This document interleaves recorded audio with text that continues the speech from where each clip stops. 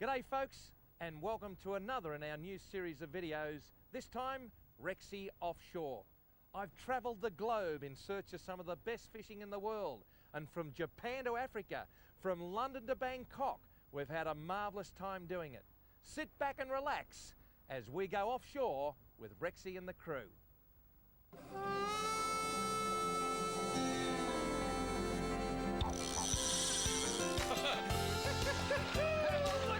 The old bearded burbler, he's in his element. Throw it into his mouth. Unbelievable, mate. It's just like nature. It's what we're all about. I tell you what, This is just fantastic. Wagons, ho! Oh, thank your mother for the rabbits. just when they think it's safe to come out. It's not an animal. Bang! I guess in the end, that's probably why we all go fishing.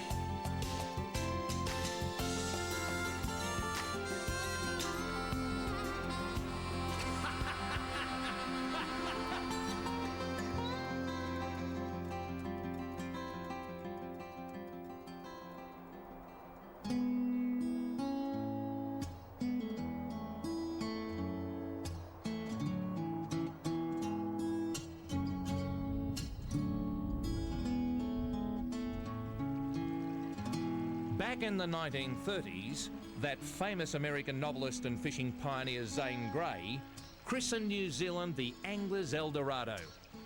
And today, this beautiful, sparsely populated island nation retains that well-earned reputation. It attracts keen anglers from all over the globe with this promise of big fish and clean, clear water.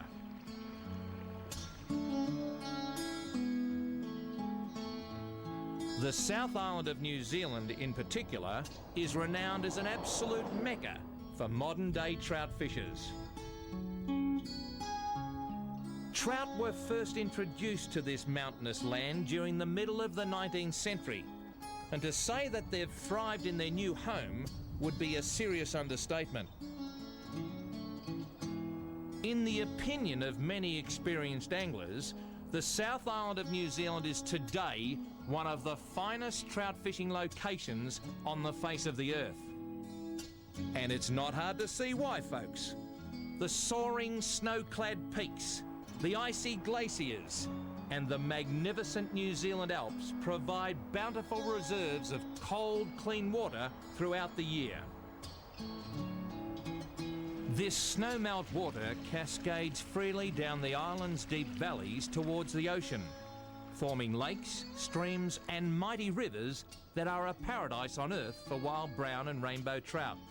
And a dream come true for those of us who love to pursue these wonderful fish with rod and reel. The delightful township of Twisel, some 3.5 hours drive south of Christchurch, makes an ideal base for visiting trout anglers. It offers easy access to a wide range of rivers and lakes. And Twisel is also home to one of the finest guides in New Zealand. And guess what, folks? He's an Aussie.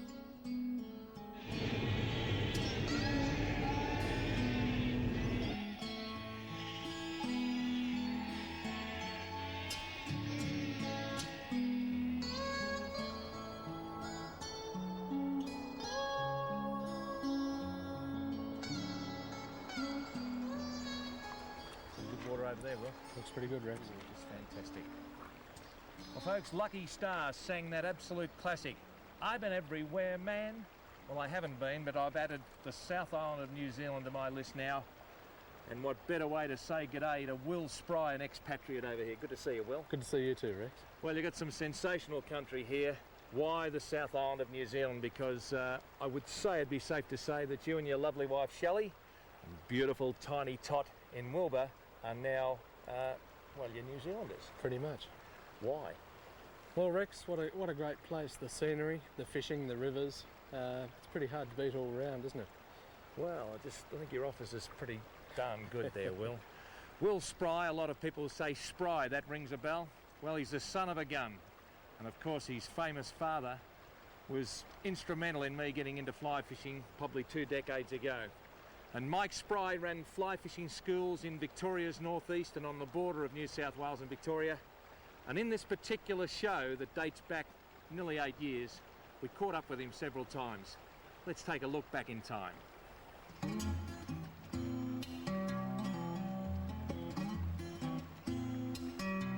And today I'm with Mike Spry on the Swampy Plains River in New South Wales, just at the foot of the Snowy Mountains.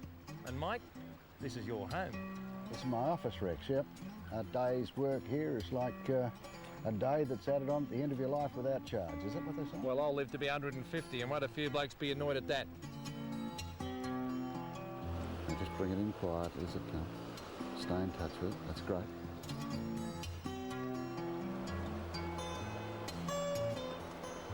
Explain to our people right across the nation.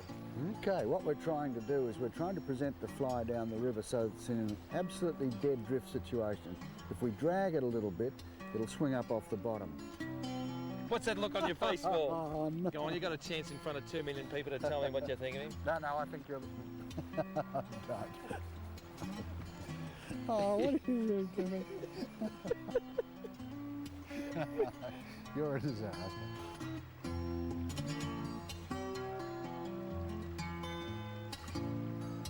Well, there you are, Will.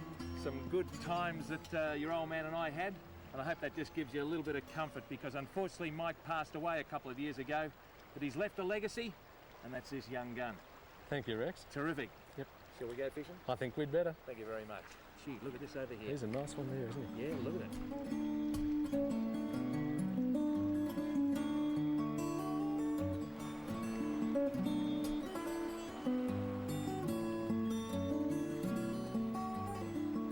Let's go moving back down here. Yeah. See him? Yeah, I can.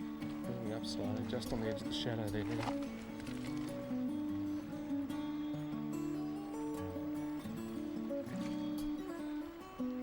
That's great, that's great. Coming over him right there. One more. Up again, left a little.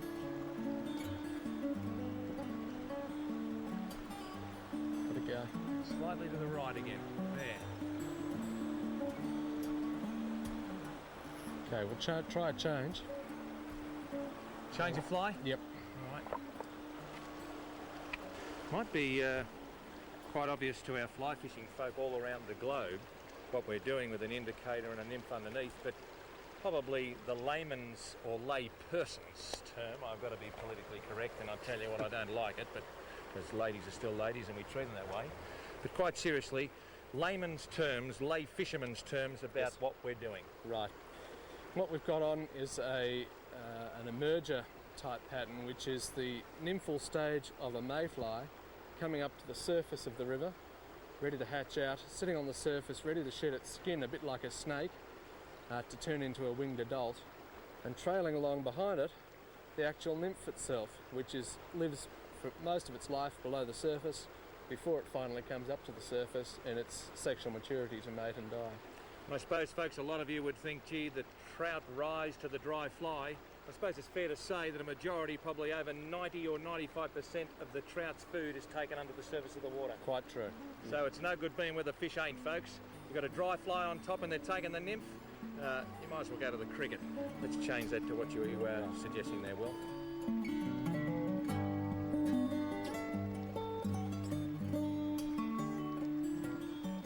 Look at this. There he is.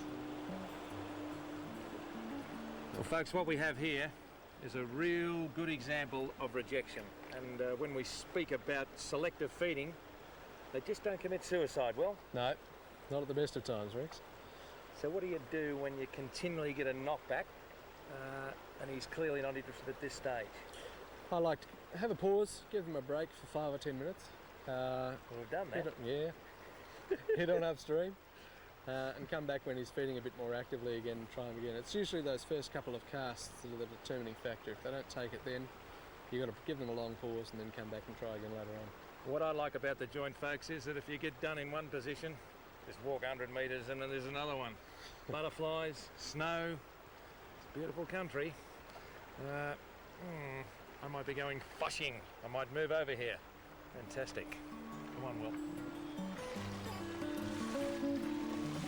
Let's sneak up to this current a bit here. Try it on the drop here, Rex, where it goes from shallow into deep. Good length.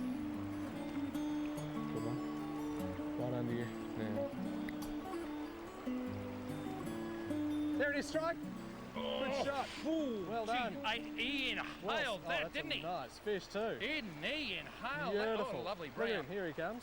Didn't he just inhale that? Nice shot. Whoa, And he's down. wagons ho!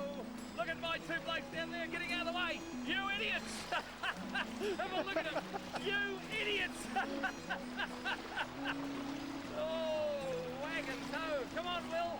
Good fish. Nicely done, Rex. You got him on the run now. Oh, gee whiz. You idiots! Well done. Oh, how good's that? Oh, boy. Didn't he inhale that? Oh, nice fish too, Nicely done, Rex. Oh. Good cast, Rex. Terrific. Yeah, look at that. Yep, you got him there. Hey, a beautiful male brown. Oh, He's leading you on a merry Where's he chase. what? Look at this. Here he goes again. tell you what, Oh, no wonder you love it here, mate. he likes me. Oh, look at this. Shall we Look grab at some this. forceps, Rex, and grab Yeah, him for you? Sure, no Yep. worry. Hey, well done. Look at that. Nice fish. Look at that. I tell you what, I just That's a might, pretty one. I You just do. might just do that for Brendan and the viewers around the world, because that's what it's all about. That's what it's all about. I'll just let him down. Oh, South Island, I tell you what, you've won me. Look at that. Doesn't come any better than that. all I'll it just does. let him down and you can do the forceps job. All right. Good on you. You're going to give this one the kiss, Rex. Oh, I certainly am. Well, look how easy that's hooked. We've been at it most of the day, folks. And I can tell you now, perseverance has paid off for us. The guide has seen fish that I didn't even know existed. The bush and the human incinerator, as usual, have made fools of themselves. There we go. But folks, how do you like our working conditions? With a view like that, and with you people, it don't get much better than that. What a beautiful, beautiful fish. Ho! Will Spry, Rexy shouts tonight. Congratulations, Good young shot, man. Rex. Nicely Congratulations. done. Nicely done. Fantastic. That's what fishing's all about.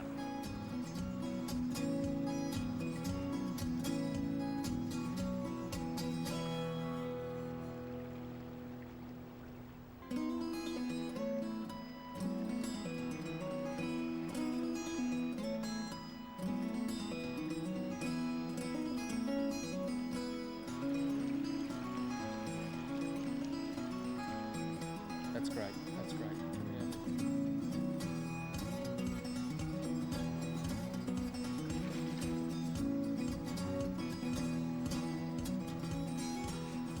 You know, folks, even a fellow like me who's been all around the world fishing, I reckon one of the great advantages in coming somewhere new is hiring the services of a guide. And then what happens is, if you're casting your selection to a trout and it's just rejecting it, you can go to the guide and he can sort of give you some advice on what the fish might be taking. He's gone. He's gone. The added advantage is, folks, if you don't catch a fish, you blame the guide. Thank you very much.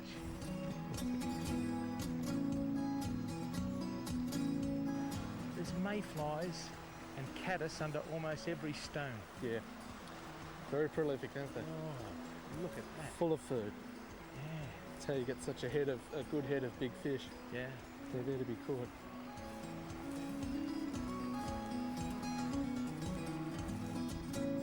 Another metre and a half this side. We're going a bit far across. Back up in here. Well, Will, it's probably a good time to explain to our viewers why I'm not hooked up, because I don't know either. I can't cast any better than that. I'm not a great caster, but I think Yeah. I've done well enough. Rex, from my thinking, he's feeding in a very specific line, looking very specifically at food. And unless we can match the lay that he is in, spot on, we're a bit unlikely to pick him up. However, the problem is that he's moving around quite a bit also, and that makes it Yeah. even more difficult.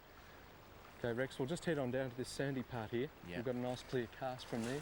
I'm not too likely to knock any rocks down into the water. Well, that's like asking an elephant to only have one peanut. Will, I'm 120 kilo. Don't tell my missus. 125. She'll put you on the after diet. 125 after the beautiful cooking here in New Zealand. Okay. There's a couple of them rising here at the moment, Rex. We've got one back in here a little closer to us, and Yeah. the other one, you just saw him rise then in the foam line. There Yeah. he goes again. Yeah. There's one back from him a little as well. We'll just keep an eye on them. Here he comes towards us now. You can just see him across the bottom there. Do you see him drifting in? Yes, I can. Right in close. He's just on that secondary bubble line, just in closer here. Drifting back out again. If we're lucky, we might get him to take. Idea is to start at the end, at the bottom of the run of the pool, Yep. and work your way back up into them. We won't attack this guy first because the ones downstream may spook him. So we'll have a go at this one that's back down below him a little bit. See him there. Yep. You need to land about 2 or 3 feet above him. He's heading back into the bubble line and settle there. That's good. Good length. Spot on. That's nice.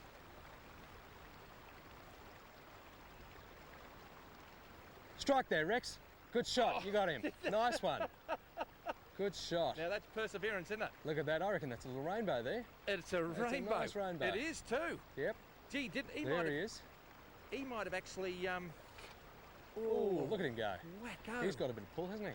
I reckon we've been fishing for a brown, but I reckon he might have just come He in from could have- behind and said, "Mate, if you're not going to take it, I am." Yeah, Move seemed to slip in behind that guy, didn't he? Good shot. It's a little bit like a vegetarian at a barbecue saying, "I'm not going to have that steak," and I say, "Well, get out of the road, Cyril, it's mine." Oh, I tell you what, He's got a bit of go, hasn't he? he has got a bit He's of not go. happy about you there. Oh, I think he'd rather have something else in his mouth than that fly. for sure. Oh, gee whiz. Nice one. What a nice fish. Let him go. You got him on the reel there. Yeah, I'm going to put Good him on the shot. reel. Oh, gee. Well done. Oh, gee, One on that, one. That little dry emerger, eh? What we did, folks, we greased up a little nymph and set it on top to sort of imitate what this bloke was feeding on with his mate. The nymphs are coming from underneath the rocks and they're making their way to the surface of the water before they hatch out into the adult insect. And they're taking them just before they come out. Beautiful rainbow. Isn't he a nice fish? Oh, isn't he in sensation? Full of spirit. Condition. Look That's a at that. great fish. Nice male In great and condition. hooked right in the lip. Look at that. That's a ripper. Gee whiz. Well, I don't reckon it gets much better than that, Will. It's hard to beat, Rex. It is hard to beat. And Should we let him go? look at that. He's away. But without sort of dwelling on the moment and getting a bit emotional about Dad, I reckon if he's looking down on us today, he'd be proud of you because you set this up. And I reckon he'd say that bald-headed fellow with the beard's come a long way since he bought his old Black Queen Jarvis Walker right up to my joint 20 years ago. I think so. Will Spry, the son of a gun, continuing on a family fly fishing tradition. It don't get much better than that, folks.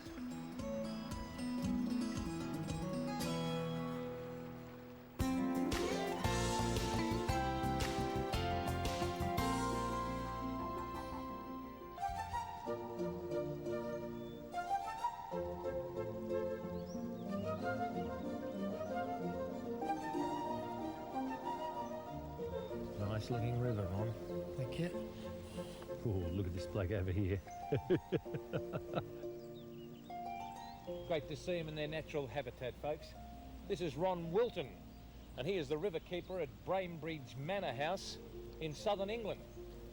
And this is one of the most celebrated trout streams in this area, if not the world. What is the job of a river keeper, Ron? Well, we have to cut the weed every month in the river, mow the banks, keep down predators, poaching and pollution, and look after the fishermen and make sure that everything's in its right place for the beginning of the season. Sounds like a full-time job. Certainly. Poachers, what, people coming in here illegally? Yeah, and trying to take the fish. Oh, tell us a little bit about this magnificent property. This is quite unique. This is the home of, or was the home of Mrs. Fitzherbert, George IV's mistress. It's the third house on the site. The previous two were burnt down, and at the moment it's a private residence. Tell us how, as an international visiting angler, I could get a day on this most celebrated of streams. You'd have to be extremely lucky. Oh, I'm feeling lucky today, folks. And I tell you what, folks, I'm just going to warm up my casting arm because that bloke over there, Ron, I think he's going to be on international television, folks. Any minute now. Isn't he a magnificent look? And he's got a mate too. He just came behind him. Have a look at that. Yeah, good. Oh, hi, gee. Yeah. We have a cast at him. Yeah, well, we better get behind him, I think. Too right.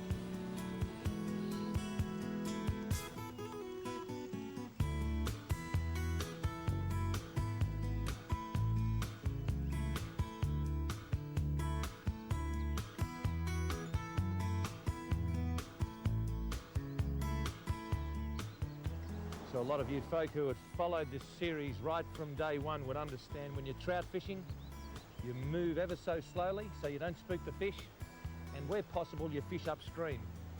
And Ron, this is a perfect place to show the people the art of fly fishing. Thank you very much. Now, these small channels over here look as if they might hold some fish. Yeah, yeah. There's a good fish laying just in that first channel there. Yep. You might be able to get at him.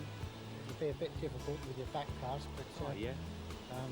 you know, I think you better creep on because Creeping on, fellows. The Brontosaurus stomp.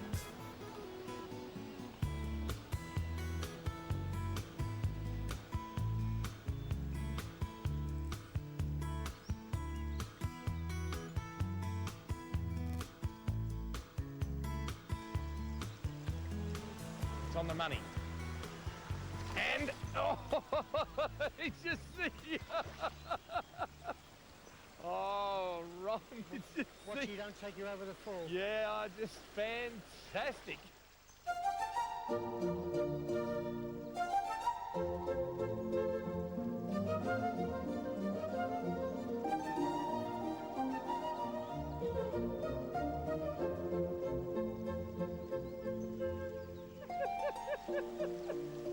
Oh, folks, that is just what fly fishing's all about.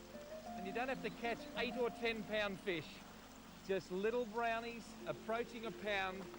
And he came up and he took that little Adams as if there was no tomorrow. Come on, little fellow. Whoa, he's down there. And I'll just hold him there for you, Ron. So how about that, folks? My first brown trout from the Itchen River here in the south of England. I suppose a pound 2, a pound 3 might see him out. And these English brown trout are as close to the wild thing as you can. He's like a little bullet, a little male, and didn't he love that, Ron? Well done, well done. You don't know the rules of my show, do you? No. Well, there you are. Dual kissing trout. And we'll put him, best to put him downstream so he does, or upstream? Pretty much stream, please. Okay, here we go. This is just absolutely fantastic.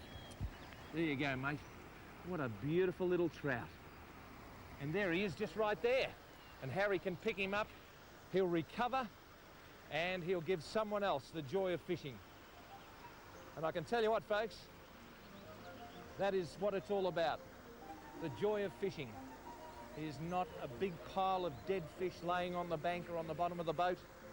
It's seeing the fish in their own environment, in the wild state of beautiful southern England, casting a fly and them accepting it. This is almost fishing heaven.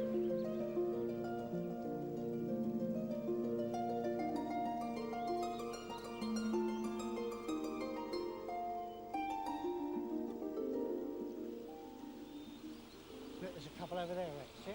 Got 'em? In that I rod. got him. I got him. I got him, Ronnie boy.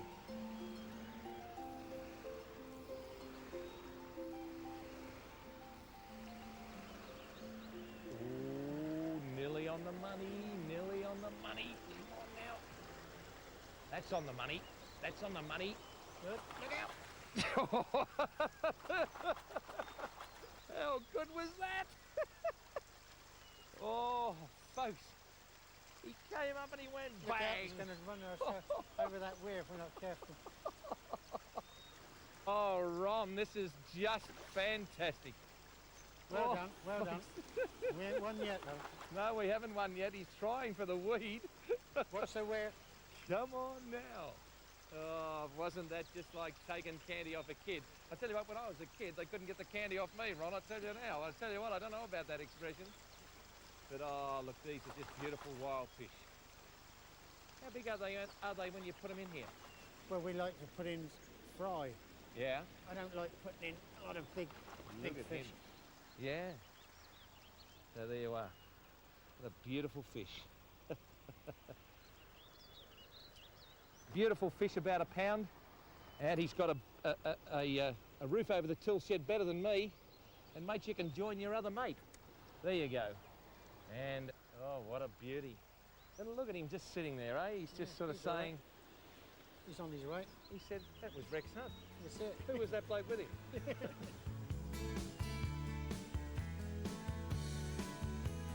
you can probably gather, I'm in my element. I started fly fishing in my teen years in central Victoria on streams not unsimilar to this beautiful river Itchen. Flows into the Test down there, and this is absolutely the home of British trout. It's Turn It On today, and I hope you have gathered the atmosphere of what fly fishing is all about. Give it a go. For a modest amount of money, you can join this magnificent part of the country.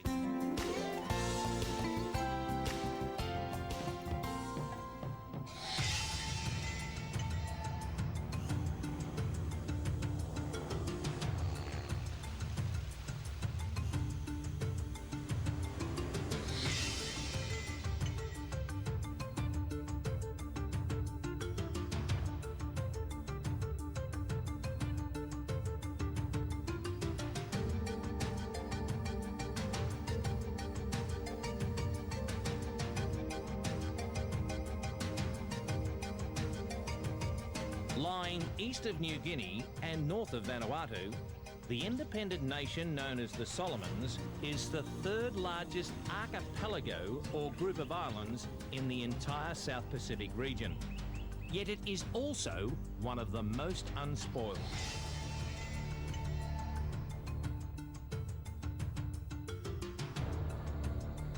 The Solomons is made up of at least 992 individual islands.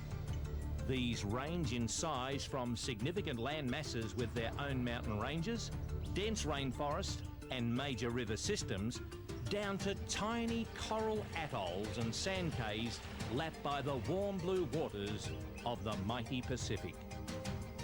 The Solomons are sometimes referred to as islands adrift in time, and this is an apt description. Many of this peaceful nation's 250,000 inhabitants still live a traditional Melanesian lifestyle in small custom villages scattered throughout the archipelago. Even in the bigger towns, many Solomon Islanders still live a largely subsistence lifestyle, often supplementing their modest income by selling hand-carved wooden fish and other artefacts to visitors.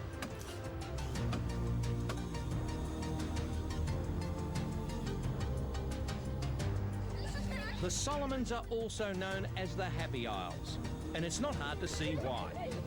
Solomon Islanders are amongst the friendliest folk on earth, and they extend a particularly warm welcome to the small but growing number of tourists who visit this magnificent region each year.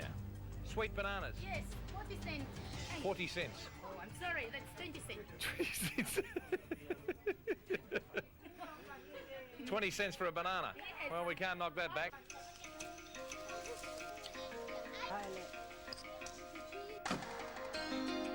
Visitors to the Solomons come here to sample the many delights of the local culture and to meet these fantastic people on their own turf.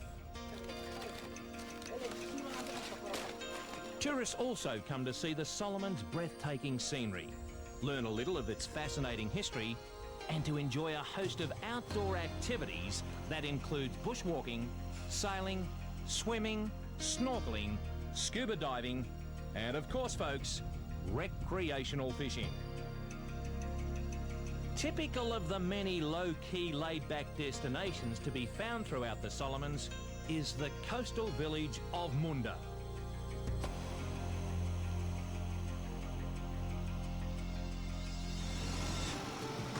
It's at the western end of New Georgia Island.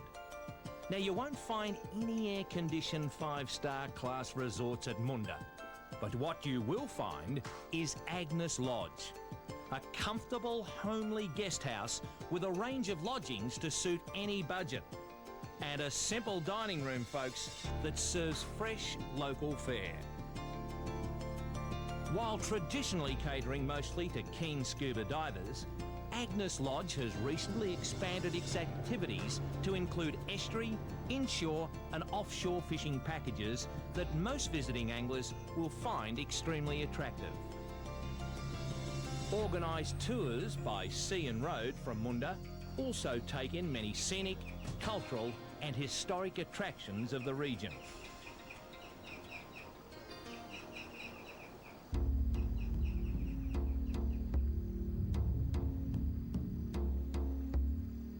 These include the eerie relics and well-preserved burial sites of nearby Skull Island, some of which date back 300 years to a more savage time of tribal wars and cannibalistic headhunters.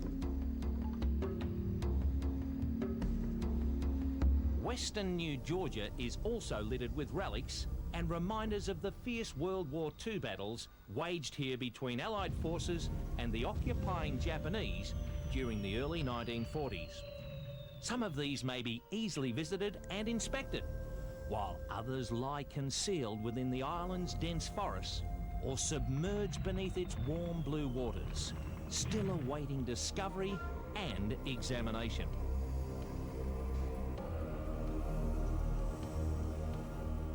And Agnes Lodge is actually right on the edge of the airstrip that the Americans built during the Second World War.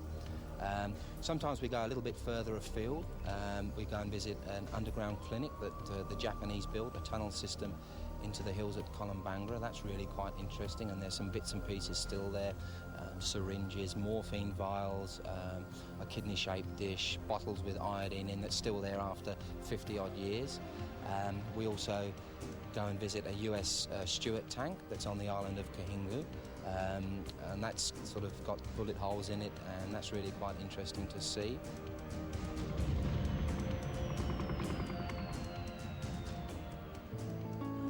If you crave an even more idyllic and peaceful escape than the charms of Munda, then Hop-Eye Island might be just the place for you. Here you can play Robinson Crusoe on your very own deserted island, sleeping in a traditional thatched hut and dining on fresh crayfish and other seafood delights while planning your next fishing trip to the nearby reef edge. After the stories we'd heard about the superb and almost untouched fishing available in these rich tropical seas, Bushy and I could hardly wait to wet a line.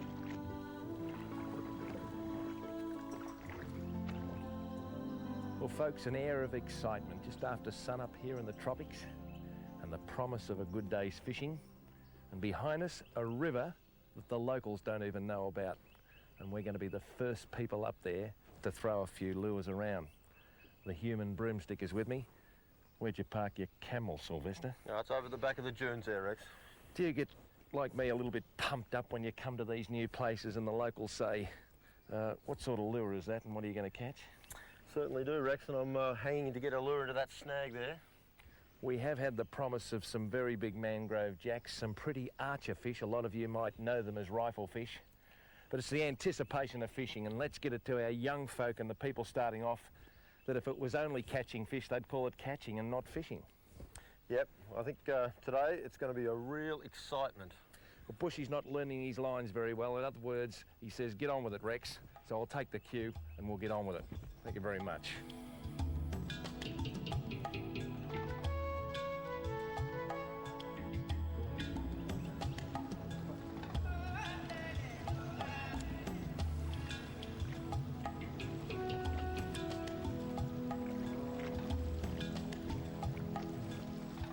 Well, there's no shortage of environment for them, Bushy.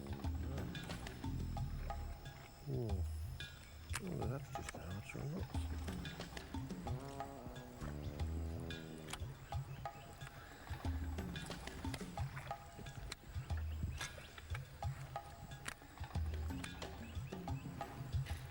Oh, what do we got? Archer fish, is it? That might be a big one if it is. There's a little jack. That's a An huge archer. archer. That is an archer fish. Now, Look at the size look of at that. this. That is one of the biggest archer fish you've ever seen. We also know them as rifle fish, Bushy.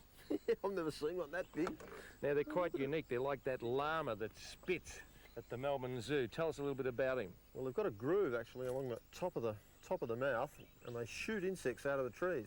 The reason Rexy got that one, he just cunningly hung the lure over a little branch, and the archer thought it was a rather big insect and grabbed it. So they actually shoot them down. If we can get that out of there for you, Rexy. It's a big one, though. Isn't it fantastic? Yeah, that's one of the biggest ones I've seen. I've never seen one that size. So an archer or a rifle fish? Da, da, da, da, da, da, da, da, da, da. Remember the old rifleman? I tell you what, well, there he goes. Well, that's not a bad start. There's This is not going to be easy, is it? No, we're going to have to work, but I think what we get looks like it's going to be big. Quality time here, folks. Get the lure close to the edge of the bank and these particular structures, as in this case tree roots and fallen down branches, and something's got to happen eventually.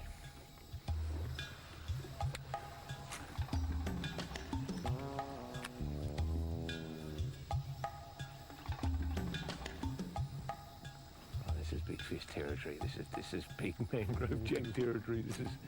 These are not mangrove jacks, these are mangrove johns. Mangrove giants.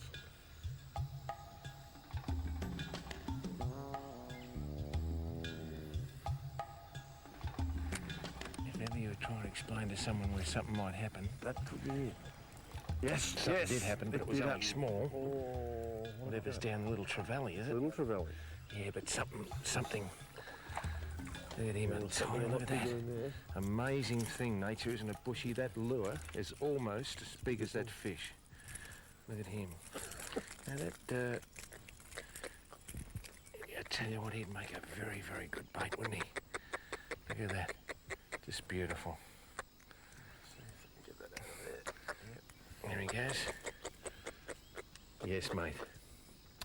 His name's Bushy. Put him back, but I tell you what, that's a very, very good example of what's going on here. Peter's probably picked up a good little bit of shimmering on the surface. You look for areas that are going to hold fish, and to my mind, I'll be scratching my bald head if something doesn't happen here. Bushy, let's get out there. Well, there's a huge, big splashing amongst that bait at one stage. Oh, yeah. Yes. Oh, just see Get a that? bump? Yeah. Yeah, I did get a... No, it was just a shimmer. It was another one of those little trevally, but we need something to go bang.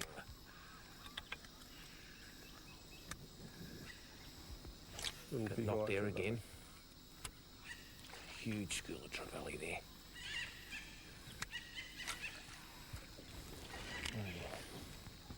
Something big here though that made that big. Oh, yeah. Look how thick the bait is. It's just Yeah, a it is thick thick. mass. It's got to be things there. Unfished waters, pristine condition. Something's wrong. There's got to be plenty of tucker down there for them, and they don't like what I'm giving them. What a nice snag over here too. Isn't it? You'd think everything would be right with that bait, love.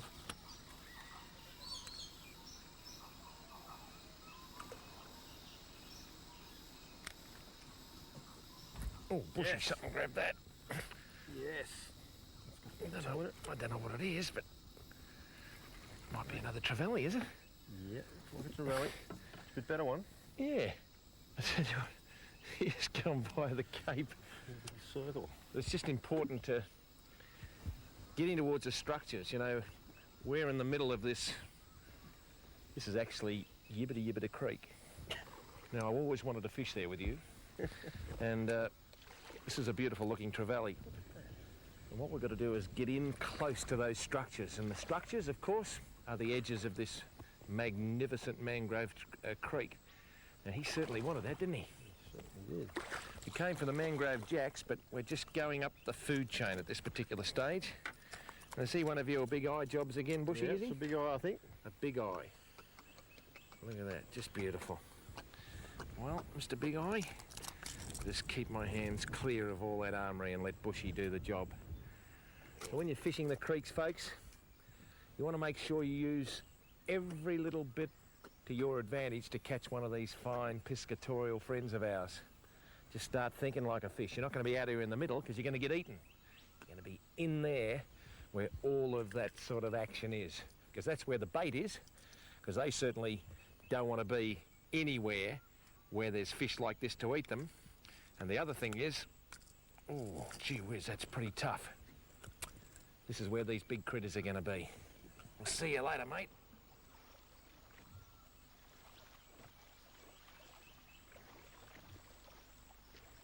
Folks, that's the environment we want to be in.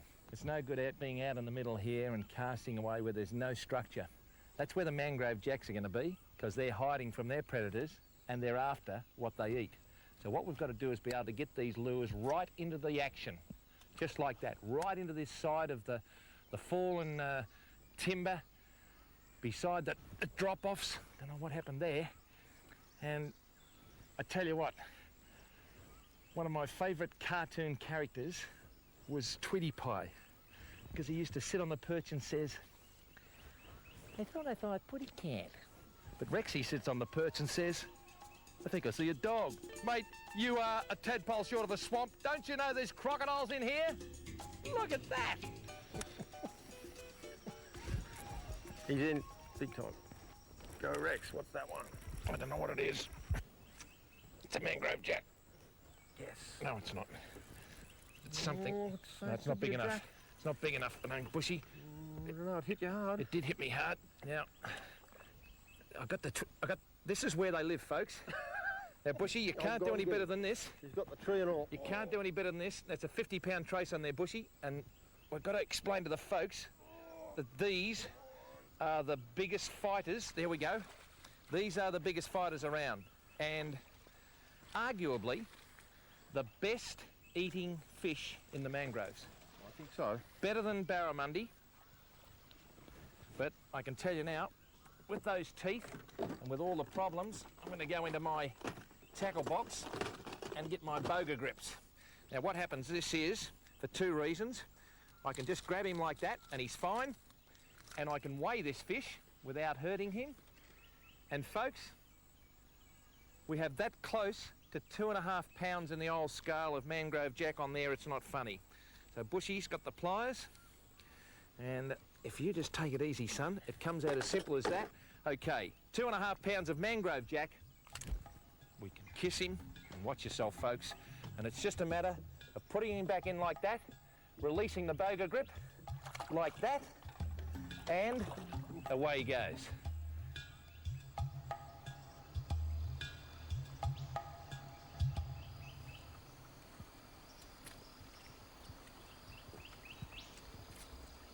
Falatau Leve is Munda's answer to the bush tucker man. He takes visitors deep into the local rainforest to show them some of its most intimate and best kept secrets. In an age when we are just beginning to recognise and embrace some of the hidden riches of the rainforest, including traditional medicines and miracle cures, to Falatau they're an open book, and he obviously enjoys sharing them with visitors.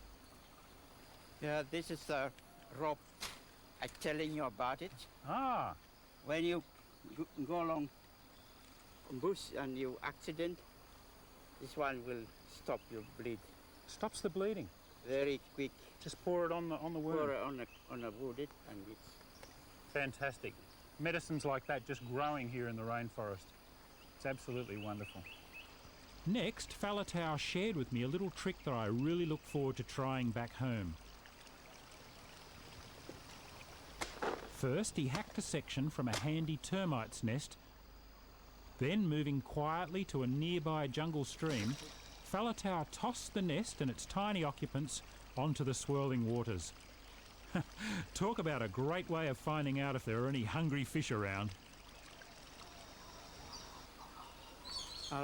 Come with me and I will tell you about rainforests where we have our deep sea fishing line. This is some small sizes, size 0, size 1, size 2. This is some size 100, 200 test along here, and everywhere hemicarum different sizes. So this is Falatau's tackle shop. This is where you come to get your fishing gear. Yes. This is amazing. Fishing lines growing on trees, and they use these as drop lines to fish in quite deep water.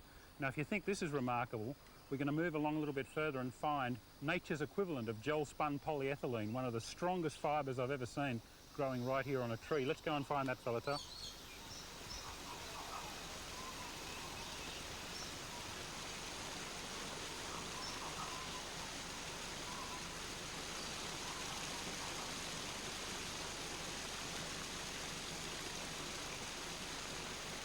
Well, I'll tell you what, folks, they don't call this rainforest for nothing, and it's pouring down at the moment.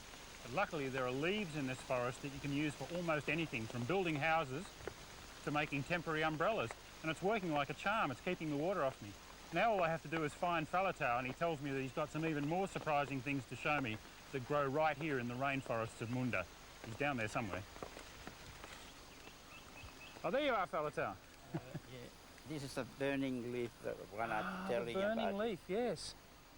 You know, it's incredible. When the American and Japanese soldiers were fighting in this jungle during the Second World War, they didn't have too many of the comforts of home.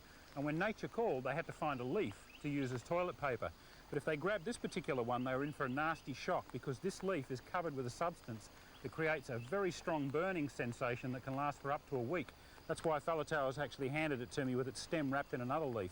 Fortunately, there's a substance in the very same plant, a sap found towards the bottom of the stalk, which you can rub on and it takes the burning away, although I don't think too many of the Japanese and American soldiers knew about that. There are leaves here you can use for all sorts of purposes, but you have to know the right one for the right use. But now it was time to track down the surprise that Falatau had been promising me.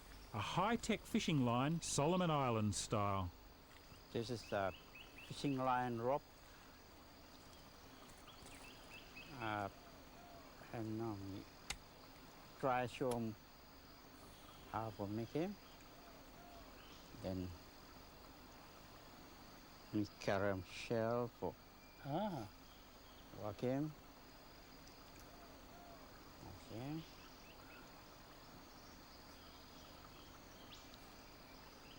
This is the one. This is the amazing stuff that I was telling you about before, that has virtually the strength of gel-spun polyethylene fishing line, one of the most modern and sophisticated materials we use today. And it's actually a fibre out of the bark of this particular vine. And the locals here in the Solomons take the strands of it and roll it and twist it together and come up with this immensely strong line. They go out to sea and catch big skipjack tuna, even yellowfin and things on this line. It's just incredible that it grows right here in the forest. Show me how you cut it up, Falatau.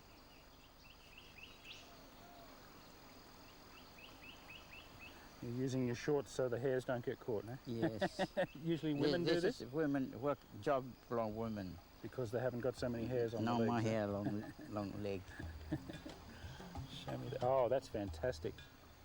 And there we go. Falatau has braided or woven it together into a very strong piece of line. There's no way I can break that. Well, folks, I think it was Lucky Strike who sang, "I've been everywhere, man." Well, I haven't been to the Solomon Islands, but I know a bloke that has, and I'm here now, folks. This, of course, is paradise. There's no doubt about it. And David Cook is from Solomon Sea Charters. It's good to see you, and welcome to Rexhunt Show. Nice to have you here, Rex. This is beautiful. How long have you been here? 6 years. Have you? Where'd you come from? Came from England originally, yeah. I'd have never known, mate. Bad luck in the cricket, eh? Thanks. Now, why the Solomons? It's a long way from Oxford Street in London. Yeah, it certainly is. I was sort of travelling around really since about 1985, and one thing led to another. I just was in the right place at the right time to open a dive shop in the Solomons, and we've been doing diving and fishing ever since. Not many casinos and resorts and not much development. It seems rather pristine for an area that I found quite easy to find. Yeah, it's surprisingly unknown, even in Australia where it's only, what, 3 hours flight away. Yeah. Yeah, that's very true. Now, we're doing a bit of trolling with our trusty skipper Tusker. What can we expect this afternoon? I believe a change of tide, wind against the tide, and the conditions not too bad at all. No, not too bad, particularly when we're trolling these small lures. We can expect to pick up coral trout, red bass, Spanish mackerel, bluefin trevally, and maybe even giant trevally. Half of that'd be okay, folks. A couple of CD11 Rapalas down the back. Let's see how we go. Even if we don't get a fish. Just nice being here, isn't it, David? Beautiful spot. I loved you too in that band with the dreadlocks. I thought they were fantastic. What was the song you sang again? I'll think about it later on. I'll hum the tune. Fantastic. I wish I could do that. No hope.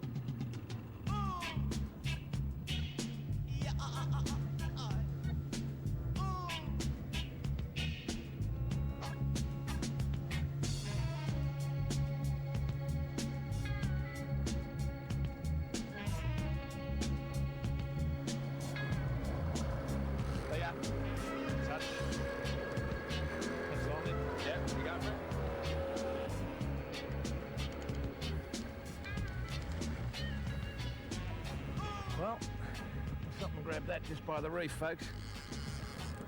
What a beautiful part of the world, the Solomon Islands. I really only knew it because it was on the map, but I tell you what, until you come to these places, you don't realise how beautiful they are. And so many of us judge places like this when we first land at the main areas where all the people are. And they're lovely, don't get me wrong. But it's not until you get out to these magnificent, pristine areas and fish for beautiful fish like this that you really understand what's going on. Now, a coral trout. I saw his big mouth and I thought, gee, he's got a mouth bigger than Rexhunt. And that fish there, David, is absolutely an assassin pack. He apparently lives down around the bomboras and the coral. You're a diver, you know more than what I know about him. Tell the folk a little bit about it. Yeah, well, basically what they do, they sit down in their hole and they always look very sort of lazy fish, but they must accelerate out of the hole very, very quickly because we're trolling that lure a few metres off the reef and he's just out and he's got it. And that's why we have to fish a fairly heavy drag because otherwise he'll be back in the hole and away. A pretty fish. Look at the beautiful colours. That's almost a cobalt blue. And that gob there, not for kissing, folks. Have a look at that. Just a little bit of a peck on the side, a little bit of Rexy zinc. And as some of the natives give us a little bit of a wave, this is not a bad start, folks. The Solomon Islands, I think I can get to like this place. Thank you very much. Off you go, mate. He was very keen. See you later.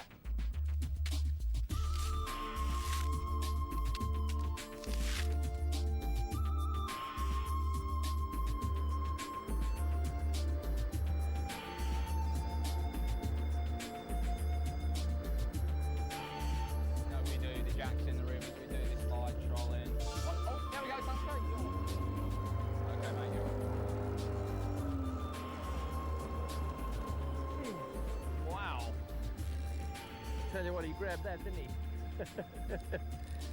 He grabbed that at 100 mile an hour. What we're doing is we've been trolling at about 1,500, 2,000 revs for those people who understand outboard engines. But for the uninitiated, about 5 or 6 knots, which is, you know, about your 6 or 7 miles an hour. And we've picked up another something that has grabbed the lure, so he's not given up much now, but he gave me a little bit earlier on. Tell you what, I can take a lot of this, folks. This is just... Oh yeah, what we've got here. Now, David, you're going to have to help me. I reckon that's some sort of a mackerel, is it?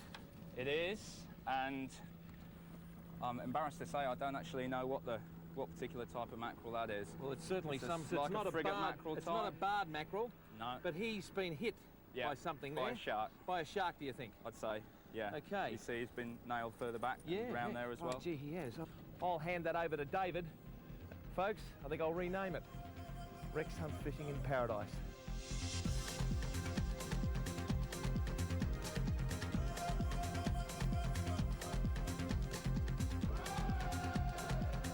I think what that by me doing, by me checking what a deep pinnacle low here, yeah? Then by look side low wind, low side go for by him fit him low blackhead straight or oh, that's a bit of a touch.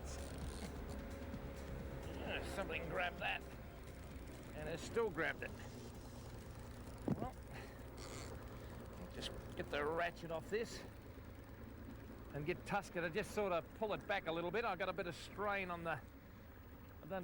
I'm not very good, folks, at this pig stuff. I'll see how I go. It worked, fantastic. I don't know what I said, but I said, pull it back, if you don't mind. Thank you very much. But he understood. He doesn't know what yibbity yibbita means either, that yibbity yibbita means bearded bald man in paradise. That's what it means, folks. Okay, where are we? Here he is. Ooh, look, this is a nice mackerel. I tell you what, this is a barred mackerel. Now, that's a nice fish. That is a nice fish. That's a small Spaniard. I thought he was a barred. He's a small Spaniard. Would you agree with that, David? Yep, that's so. A small Spanish mackerel. Sure is. Now, we're under big instructions back there that we're going to have a lovely feed of fresh fish, folks. We sure are. So, there'll be no kissing on this particular shoot, and if you don't mind, I won't kiss you. But, folks, the Solomon Islands, Spanish mackerel. Olé.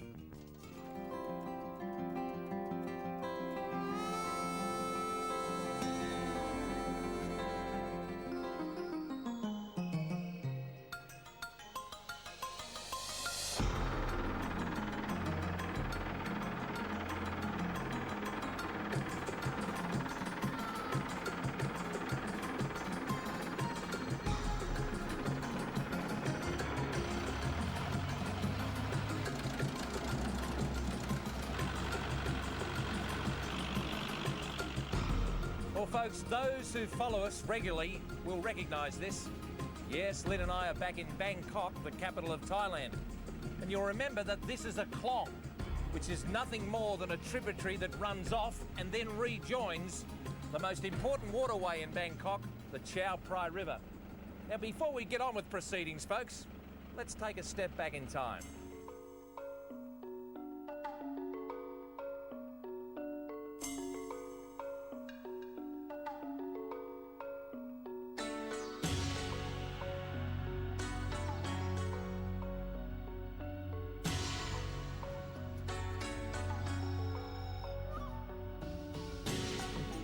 Folks, these are the ruins of Ayutthaya, and I'm sure you'll agree, from where we stand, pretty stunning stuff. Now, this was part of the Kingdom of Siam for 417 years, until 200 years ago, they moved to the present location of Bangkok. So that makes this place in its 7th century. Come on, we're going to take you on a tour. Ayutthaya lies 72 kilometres north of Bangkok and was the Thai capital from 1350 till 1767. 33 kings of various Siamese dynasties ruled the ancient kingdom until it was conquered by the Burmese. In its heyday, it boasted a population of 1 million and many cultures flourished. It was said to be the most illustrious city ever seen. One of the temples contained a 16-metre high Buddha covered in 250 kilos of gold. The ancient city of Ayutthaya has been listed as a World Heritage Site. 95% of the Thai population are Buddhists, and this image of Buddha is one of the largest in Thailand. He's huge, isn't he? That is a big Buddha.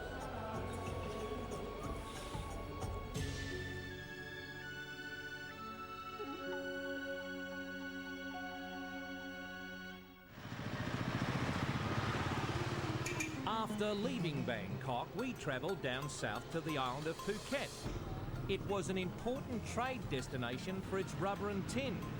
But today, those commodities have been replaced by tourism, which is now Phuket's major source of income, and fishing plays a major role.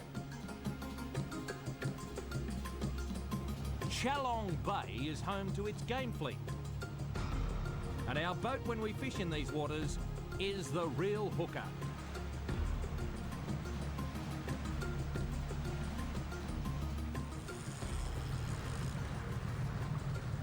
Well, here we go again, folks.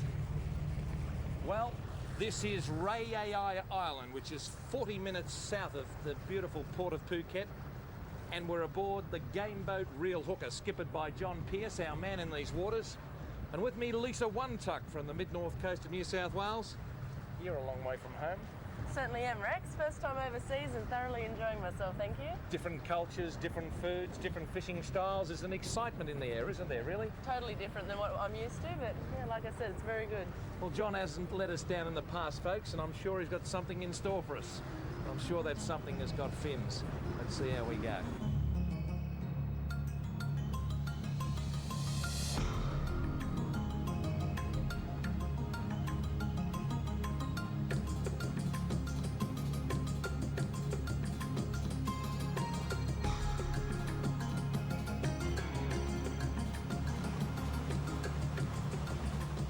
There had to be something there. They were jumping, and the guys obviously knew what they were doing.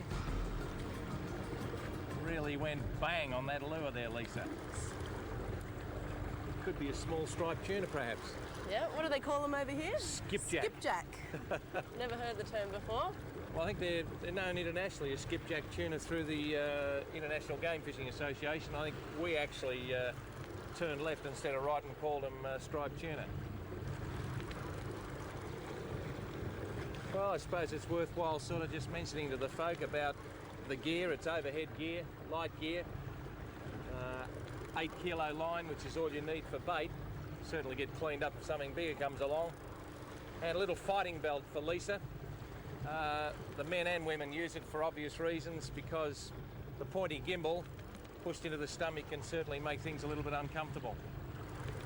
And see that Lisa has got a good turn of angling skill because she's lifting and then winding down, and that's the most important thing. We go through this all the time. So the Andaman Sea giving us up a little striped tuna first up, and that's pretty good. Oh, there's the bird. Yep, So the fish mustn't be too far behind. Yeah, the birds actually play a very important role, don't they, here? They sure do. Very important, because you can't wind any further.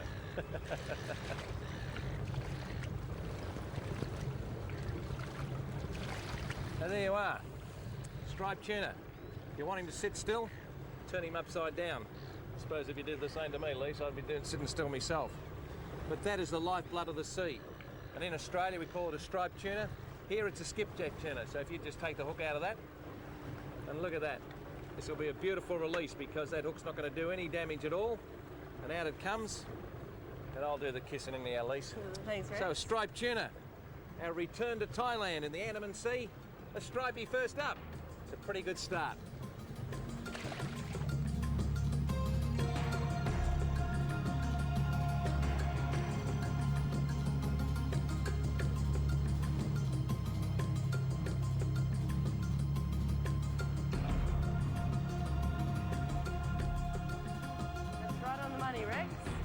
Reckon it's right on. Yep. Oh, gee, didn't he take that, Lisa? He smashed that. Look at this. It's only a small little tuna. And didn't he grab it? I'll get you to just grab that trace and just bring him in. That is a looks like a little mac tuna. Little mac tuna, Rex. Isn't that? But isn't that a pretty fish? Lovely looking fish, Rex. That's a good little fly you got him on too. Yeah, well, they were breaking the surface with the anchovies and that sort of thing. And a little mac tuna. Have a look at that. Oh, great. Not what we were looking for, but this is all part of the makeup of the ocean. Mac tuna. Okay, the stripes, a little ruffle on top. And I tell you what, he's got some teeth. Give him a kiss and put him back. We're after a northern bluefin tuna. I've got a good smell about this. You kiss fish? No. You don't? Thanks for the opportunity, though. Thank you very much.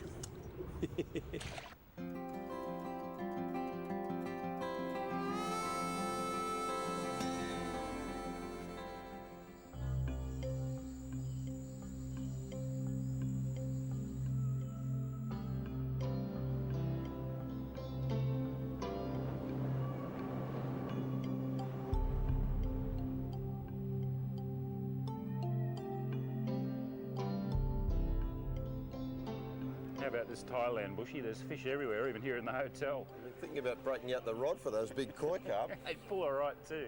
We're at the Carter Beach Resort and we're waiting for our bus to arrive to take us down to the boat. I'm going to take Bushy to where there's some bigger fish than these ones. I tell you, here's the bus now, mate. Come on. Yeah, some of those are those brassawai. Apparently they really fight those things. Certainly a souped-up catfish. I'll say, I'd like to have a go at them. G'day, Noi. Off we go.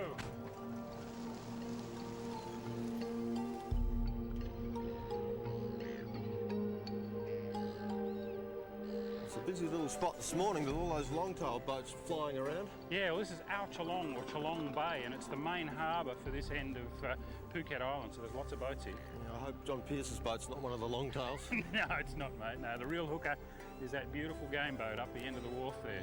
I've heard he's a bit of a gun on the wahoo, and that's something I've never ever caught, so I hope he can do something about fixing that. Just break your duck on those today, mate. He's a good fisherman. He'll find them for us if anyone can. Good.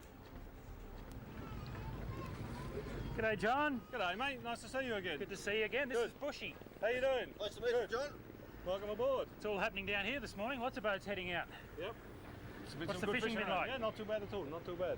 Well, listen, we've got to get Bushy a wahoo. He's come all the way to Thailand. He's caught everything there is that swims. He's never caught a wahoo, so I reckon there's a chance we might get him one. Well, I heard he's got a couple of problems, so we're going to cure that one for him, definitely. We're going to go off to the Similan Islands. Last time we went down the south. That was fantastic. We're going to head north this time. I've heard about these Similans. I'm looking forward to seeing it. Let's get going. Good. Before they all beat us out there. Right, let's go.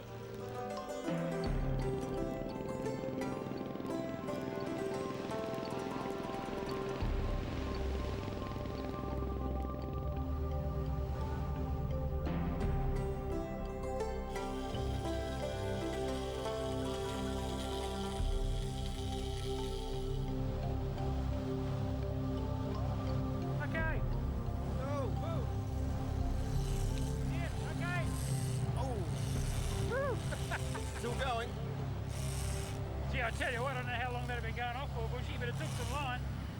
It really hammered. By the time we got out of the cabin, I reckon it had gone about 150 metres, so... Bushy and I were actually eating lunch, I've got to admit. We left Phuket about an hour and a half ago, and we're heading for the Talisman Islands, which is still several more hours run away. Not much had happened. We were having lunch, and we heard this screaming in the background. And, it's a wahoo! Oh, it's a wahoo, It's a Bushy. wahoo! That's the one you wanted, mate. That's the one I wanted on this trip. Oh, not a real big one, but he's all right. That's all right. Coming in, Bushy. Oh. Okay. You got hold of the trace? Yes. Oh, look at that. Now, we're going to hang on to this bloke because they're excellent tucker. That's only a little wahoo, but look, as you can see, he's full of fight, and he's also got those razor-sharp teeth that the species is famous for. That would take your finger off. Just stick your finger in there and show the folks, Bushy. Okay, Steve. They have got the worst teeth of any fish. They'll even bite you when they're dead, these things. I had one slide across the cockpit once that had been dead for a couple of hours, hit me on the ankle and cut me to the bone, so you've got to be really careful with them. Well, there you go, Bushy. You've done it. This fish has got a fair bit of significance for me because everywhere I go, someone else catches the wahoo. That's the first one I've ever actually boated. Everything eats my wahoo. Steve's just bitten my foot off with that wahoo. And John Pierce has got me one first strike on this trip, so I'm fairly happy.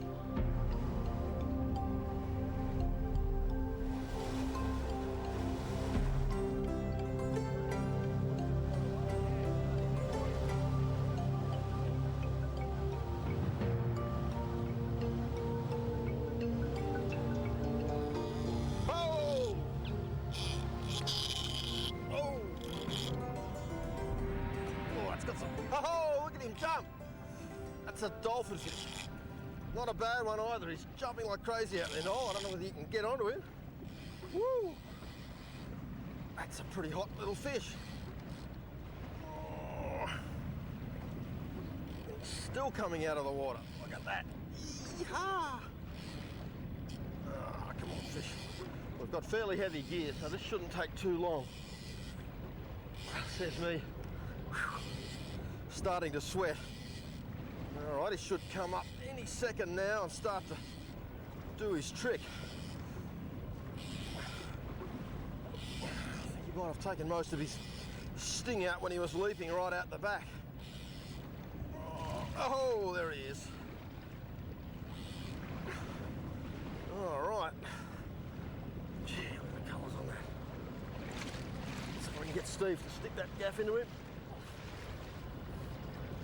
Now, when he comes on board, we've got to be careful because these things are like a loaded gun. We'll have two hooks in that marlin lure, and he may well go mad. The fish might go mad too. Look at that. Woo-hoo. He's in his beautiful olive green colour, yellow flanks, and absolutely lit up little blue spots. Right up there on the top of his head, you can see those blue spots are absolutely lit up.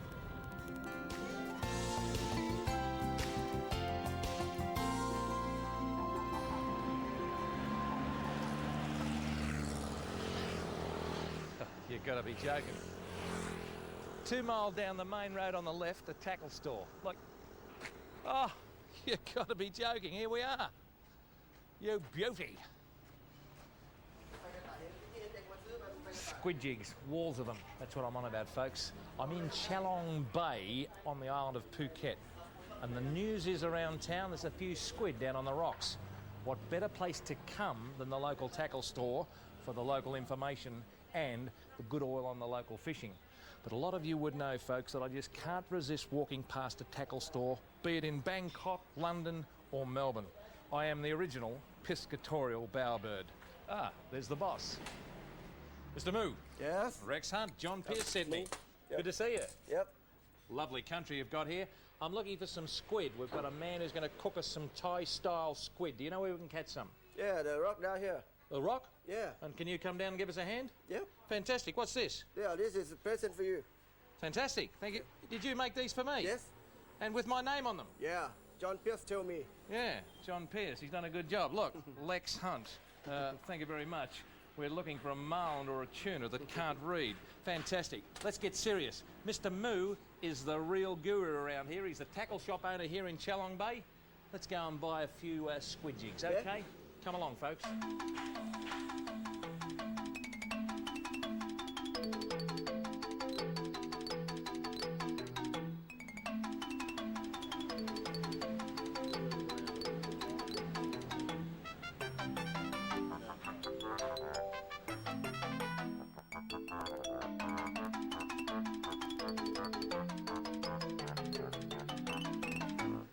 Now, Mr. Moo, you got any favourite colours that I should have? These look pretty good to me.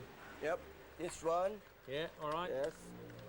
Fluorescent orange, yep. Yes. And some of the pink. Yeah, and one more. One more. This one. All right. Yellow, red. So you're actually giving me a guarantee that these will work? Oh, sure. Okay, well, they look pretty good to me. Just for your information, folks, around about $2.50 to $3 Australian if you want to work it out in your own currency. I got the spondula, you got the gear, Okay. wrap them up. Thank you very much. How much, Mr. Moo? 400 baht. Thank you very much. Yep. Interesting till you got there. What brand's that? Panasonic or something, is it? Yeah. It's fantastic. You got much in there? And drum roll. Ta-da! Oh, how about that? GST working very well in this country.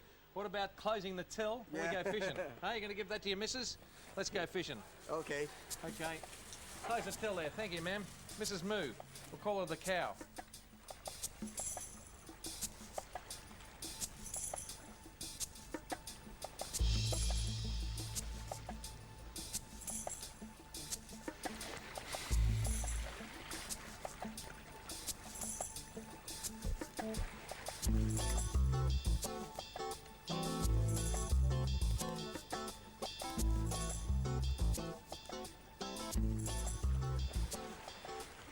Yeah, he follow you, Dick. He is Yes, he's following me, Moo. Yeah, he follow you, yeah. Grabbed it. Yeah, He's small only a little one. squid, but he's got it. Look at this. Look what? Wow, but one tentacle. Yeah. Look at the size of that. Oh. But what a pretty squid. Oh, good. What a pretty squid. Now, I think he's given all the ink he can give us, folks. But that is an Andaman Sea squid. Look at that. Not a very big one where we came from, but he's moulded himself over the top of my finger and he's actually biting it. I think if we actually laid that squid jig over the top, that it'd actually turn another colour. And look at that. He hasn't. Well, there you are. Well, they absolutely thrive on these particular cephalopods in this part of the world. And he's an angry little fella, mate, and I'm not even going to attempt to kiss him. Looks like the elephant man with the trunk down there. I'll pop him back down there, I think, and we'll let him go and see if he's got a mate. There he goes. Look at him. Look, look, look, look. Off you go. And away he goes. And look at him blend in. He actually might come back again. You going to have another go at that? One more. Here. Oh, you got one, have you, Moo? Oh, so have I. I got another one. Oh, you have another one? Yeah, got another good. one. Good. The cow's got one. Look, the same your side. Very nice. Ah. Pull him in. Oh, whoo-hoo. Wow. Tell you what's an amazing thing, we have been here, well, I don't have a watch, but I was just about to chuck in the towel, folks. And then all of a sudden, a school of squid have come in. Now look at him. He's an angry squid. He's getting darker and darker. You can see on his tummy that he's actually red, the same as that particular squid jig. And those squid jigs in Moo's tackle store, I tell you what, they're really fantastic. But these have an ability to change colours for the environment that they're in. But they really are the lifeblood of the sea. So many of our species feed on these groups of squid and octopus and cuttlefish that I think we're actually taking a few too many out. And they don't hold back here either, folks. Although I must admit, the Thai squid with a little bit of chilli, yibbida, a little bit of chilli, folks, is okay. I was at a restaurant the other night and you could have driven a 4-0 hook through my lip and I wouldn't have winced. So easy on the chilli, folks.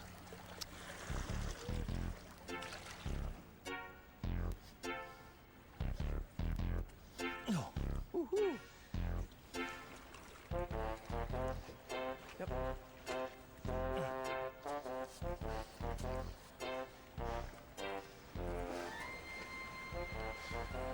Where's my producer?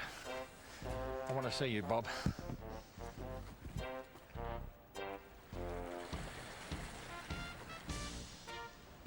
Well, folks, I might look like a nanny goat, and I tell you what, I feel like one. I've been to the top of that mountain, over the top of that crevice, to get to this vantage point, that Mr. Moo says is a pretty good place for squid. And I just had a touch on the end of my particular jig then. I've taken a little bit of lead off it at the suggestion of Mr. Moo so it doesn't go down and get snagged on all the growth around this reef area. It's quite shallow. You'll find that when the tide drops that some of this will come right out of the water. The squid had another go then, and all I've got to do is just maintain a consistent retrieve, hoping that the squid will come up and have another go. Now sometimes when they nip it, they actually feel some resistance. And I can tell you now, I'm going to... Oh, yes, I've got him now. I've got him now. And the kid up there is pretty happy about it because his old man hasn't got anything. He's got Jack Shee. So here we go. Another squid. And this one is going to Mr. and Mrs. Moo because actually, folks, I'll let you in a little secret. I got into trouble for putting the last two back. So this one here, back to Mr. and Mrs. Moo. The cow and the bull, dine on squid tonight.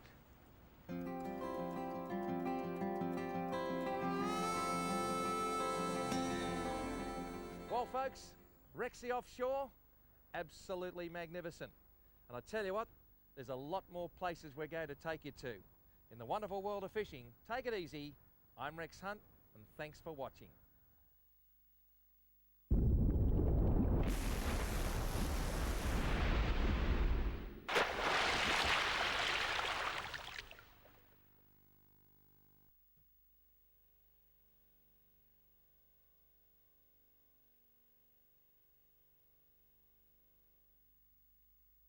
A big welcome to World of Sport.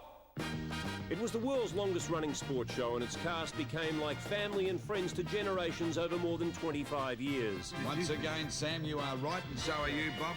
Well, we used to hate one another. Yeah, The brainchild of Ron Casey, World of Sport spawned 1,000 imitators, but none could quite match its simplicity or its humour. The madness, the mayhem, the very best of World of Sport. It's out on video now.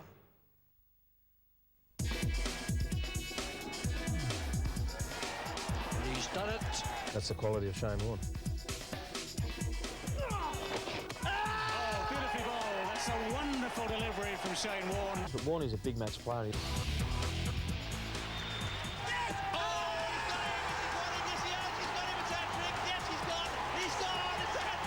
It's the quickest I've ever run too. Shane Warne, his story out on video at these stores now. Steve Waugh, the Iceman of world cricket, the man who's cool in the crisis. Join Steve Waugh for his career highs, the great innings, the great clashes, the great crashes. Waugh as you haven't seen him before. The video every young cricketer must have. Boone, Taylor, Hughes, Jones, the great wins. They're all here on Steve Waugh the video. It's out now and available at these stores for Christmas.